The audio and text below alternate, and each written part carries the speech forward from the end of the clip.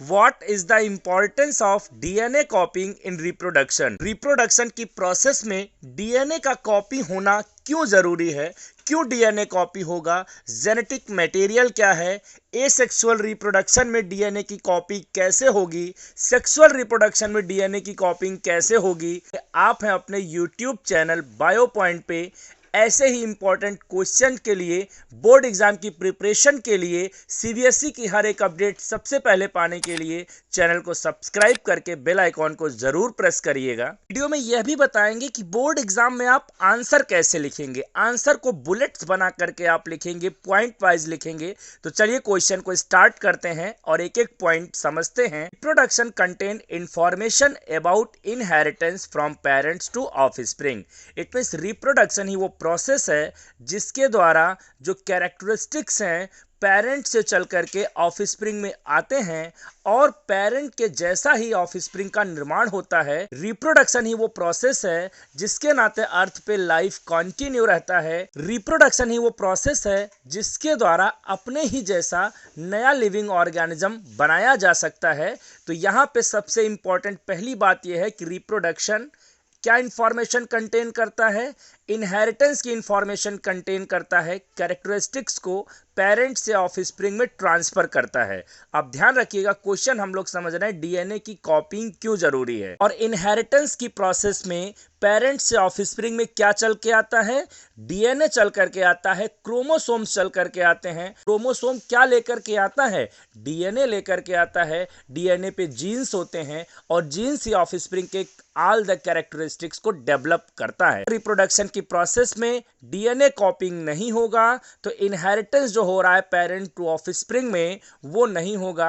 Offspring के characteristics नहीं बनेंगे। कैरेक्टरिस्टिक्स का डेवलपमेंट कैसे होता है? तो DNA codes for protein. It means जो कॉपिंग होती है डीएनए की रिप्रोडक्शन की प्रोसेस में वो कोड करता है प्रोटीन को। प्रोटीन से ही पूरे बॉडी का निर्माण होता है, बिल्डिंग पार्ट होता है प्रोटीन। तो यहाँ पे डीएनए की कॉपिंग से प्रोटीन बनने की इंफॉर्मेशन आती है पेरेंट से ऑफस्प्रिंग में, इसलिए डीएनए की कॉपिंग होना जरूरी है। और अगला पॉइंट समझें तो error in DNA copying will leads to evolution.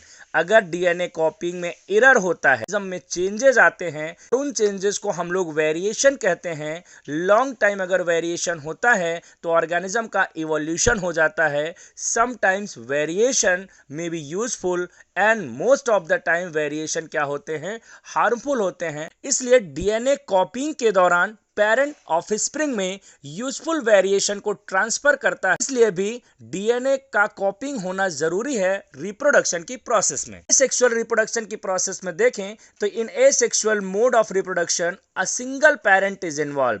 Single parent होता है और वो अपने होल जीनोम को, इट मीन्स अपने जो जेनेटिक मटेरियल है, जो क्रोमोसोम्स का सेट है, उसको ट्रांसफर करता है नेक्स्ट जनरेशन में। इट मीन्स ऑफस्प्रिंग को ट्रांसफर करता है और वही ऑफस्प्रिंग में जा करके क्या कराता है?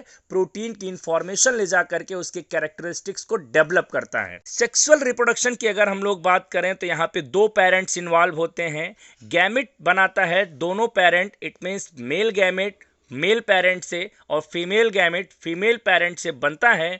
और ये जो गैमेट्स होते हैं आइदर ऑफ पेरेंट से half number of one set of chromosome लेकर के आते हैं। अगर हम लोग ह्यूमन बींग्स की बात करें तो 46 क्रोमोसोम अगर ह्यूमन बींग्स में है तो एक सेट उसका 23 एंड दूसरा जो फीमेल पेरेंट है उसमें से 23 गैमेट्स के द्वारा चल करके आएंगे। दोनों गैमेट्स आपस में फ्यूज करते हैं और फ्यूज करके जाइगोट बनाते हैं और इस तरीके से जाइगोट का फॉर्मेशन करके अपने क्रोमोसोम नंबर को एग्जैक्ट पेरेंट के जैसा कर लेते हैं, 46 कर लेते हैं।